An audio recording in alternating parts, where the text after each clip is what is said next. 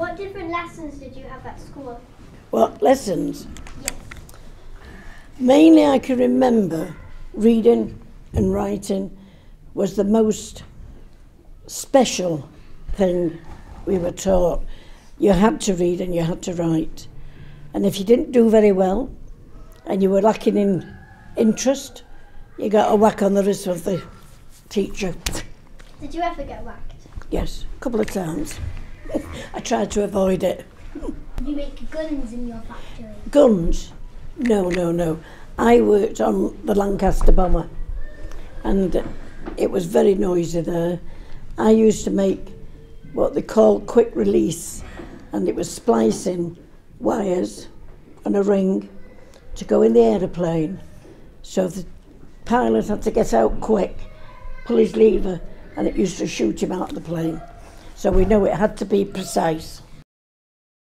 What sounds did you hear in the factory? Sounds, riveting. There's mostly riveting. Because you see, there used to be quite a few people working on the shell of the plane, and they riveted the layers of aluminium together. Were some of your friends worked with you? Real friends? Yeah. Well, they were acquaintances at first, but when you work with somebody for, 3 and 4 years, you came to know them very well.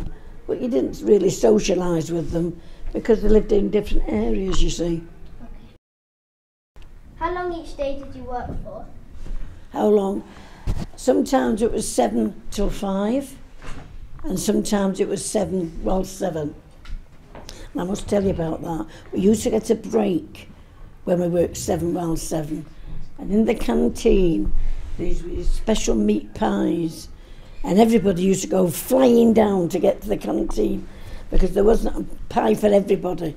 They're the most delicious thing during the war that I can ever remember, those meat pies. I've never tasted one better. Could you go to shops or, like places to get groceries or things?